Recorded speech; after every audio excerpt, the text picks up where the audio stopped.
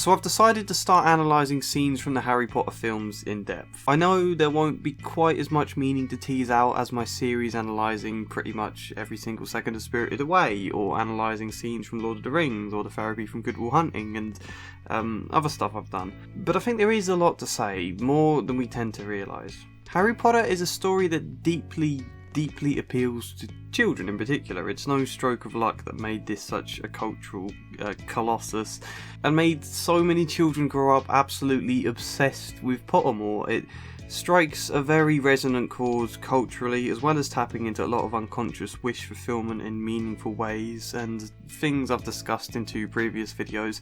I understand fully why some people don't like Harry Potter, but I also think it's a disservice to not recognise its strengths. All of that is to say, yes, artistically there isn't as much here as there is with Spirited Away, for example. No one's going to argue that there isn't flaws with both the books and films, or even in my opinion, the directors of the films were too safe and lacked much kind of directorial flair, except for the 3rd film, which will be an absolute goldmine for analysis. I'm looking forward to that. But nonetheless, there is meaning to be drawn from the stories we love. Hopefully also some lessons we can tease out writing-wise or film structure-wise about what works and also perhaps what doesn't work. I'm going to centre my analysis mostly on the films because that medium just works better for YouTube, though I may dip into the books at times. I don't know, I'll see how I feel as we go.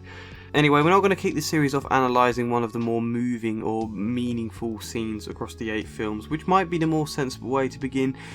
Instead, we're going to begin at the beginning. That short, often overlooked scene of Dumbledore, McGonnagall and Hagrid as they drop a baby onto the doorstep and wait for the Dursleys to take it in. And I don't know, I suppose the council were involved in some sort of way as well, but we don't see that. Let's just begin. I talked in my video on the Lord of the Rings prologue about how prologues, despite their bad reputation, can be great if done right. I think in the example of the Philosopher's Stone, the prologue shows its advantages primarily to get the story going in a really concise manner. It's not an artistic prologue so much as one that gets in and does its job very effectively. And when I talk about setup in a prologue, I don't just mean conveying important information in a concise way, but more so delivering an important narrative beat in a concise way. Establishing just enough of a magical world in order that we know throughout the scenes with the Dursleys, something more will be coming. Understanding just enough of a mystery to this world that we're engaged, understanding the gravity of Harry Potter's situation, hinting at him having great potential in the future, but most importantly, I think solidifying in our minds the idea of this strange and other world to which he belongs. That's where he's meant to be. That sounds a very simple point when I say it like that, but one I feel is crucial when you expand on it, and we'll get to that as we go. Best always to begin the story with the feeling over the knowledge.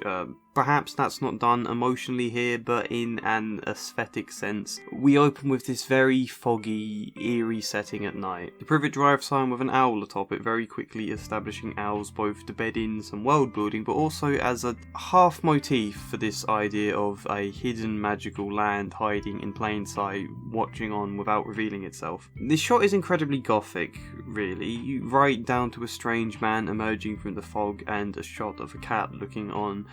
We're shown mysterious wonder and possibly danger before we're told anything at all. What's interesting about it though, this very gothic, mysterious foggy night is actually set in a very ordinary looking suburban British town. Your stock, nice looking neighbourhood, not the place you'd expect strange people to gather for strange meetings at night in the fog. Incredibly ungothic in that sense. I think this contrast adds to the appeal, adds to the strangeness of who this oddly dressed man is, and fuels some of the fun fantasy children might have imagining these sort of meetings happening outside their own homes. The message is pretty clear in that sense. The world and reality as we know it might have some hidden aspects we don't know, aspects that can be dark but also wonderful. The Deluminator is just a nice bit to establish magic as a thing, without yet actually showing us wands or explaining it or any dialogue about magic at all. I should have known that you would be here, Professor McGonnagall. And again we see more magic as the shadow of the cat transforms into an old woman. No big thing is made about this transformation, it's just something fun and helps bed in the magic as both wonderful but also perfectly ordinary to these two people. We'll later see the magic of Hagrid arriving on a flying motorbike as well, and I realise in all the examples of magic here, there are no wands, no spells cast, none of the later, clearer magic we'll come to be so familiar with. And I think that's nice. We're just kind of teased with the idea of magic, which is something in general I think this scene does well. It doesn't show us the magical world at all, really, just sort of hints that there is one. That's all it needs to do. We're much better really discovering that world when we do it alongside Harry, and so can emotionally connect to his feelings and his sense of wonder and adventure. Right now, we're just teased enough to get us intrigued. Are the rumours true, Albus? I'm afraid so, Professor. The good and the bad. It's a very quick exchange that immediately sets up Dumbledore as the more authoritative role over McGonagall. She seems faintly troubled and anxious in comparison to Dumbledore taking this apparent goods and bad news with slightly solemn calmness. And the boy? Hagrid is bringing him. Do you think it wise to trust Hagrid with something as important as this? We're denied hearing Harry's name yet, which I think makes it more impactful when it is finally revealed. That's what I like about this prologue. It understands the value of raising questions in the audience to answer later rather than just providing all the information now. We often talk about prologues as a place to bed in important exposition, but really, most of the time I think they're a place to raise questions, to hint at just enough you become curious to discover what it all means. We know there's magic, but don't know how or what it is. We know there's some good and bad news. We know this boy is somewhat important, but we don't know how, nor do we know who he is. I know I'm making pretty simple points so far, but it's an important one. Hook the readers in, I guess. McGonagall is a little troubled and anxious still, but seems to accept what Dumbledore tells her. Professor, I would trust Hagrid with my life. Which is another thing we learn. Dumbledore is a very trusting person, something arguably at the core of his personality, or half of it. You know, he's both trusting of people, but also very careful with secrets. The 2 points there aren't necessarily in contradiction. And when Hagrid flies down, he says, Professor Dumbledore, sir? Professor McGonnagall? The use of Sir to reinforce Dumbledore's high status and hint at Hagrid's high opinion of him. I think seeing Hagrid here is useful to undercut his later, more villainous looking second appearance also. You know, we feel able to laugh at the line, Sorry about that. having smashed down a door like a murderer, because we've already seen he's a good person. You know, that makes it explicitly clear that that later scene is a parody of hiding away from a murderer kind of horror film gothic trope. And this scene does a pretty good job of establishing all 3 of these characters without needing to actually tell us much information at all. We're still left wondering and questioning who these people actually are, what they're professors of, but we're shown personality in their interactions. We can immediately see all these 3 are kind people, though McGonagall is a little uptight and anxious, but also incredibly devoted in the fact she explains. I've watched them all day. They're the worst sort of muggles imaginable. She's been sitting here as a cat the entire day, you know,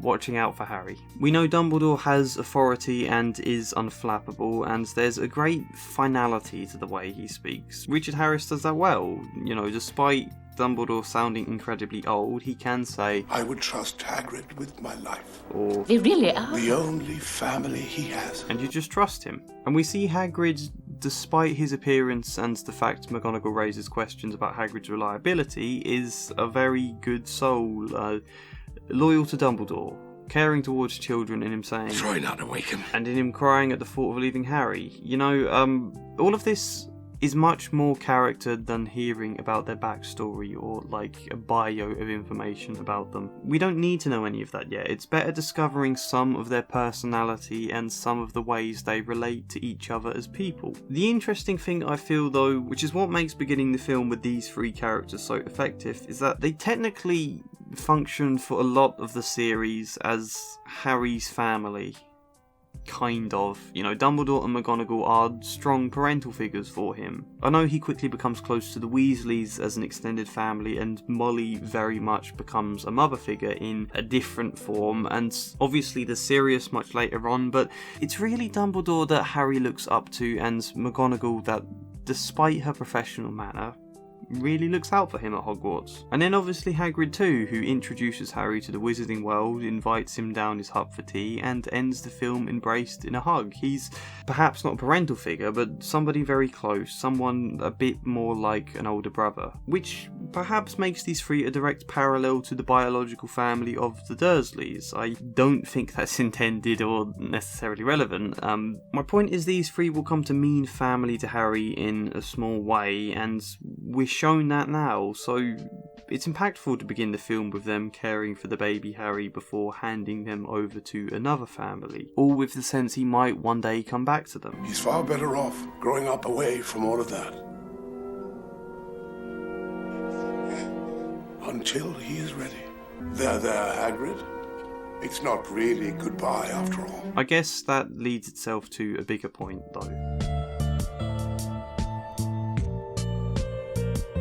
I think in general showing us Hogwarts staff members caring for the baby Harry will reinforce the later idea that Hogwarts feels like a home to him, his first real home, unless you count everything he can't remember from his life in Godric's Hollow.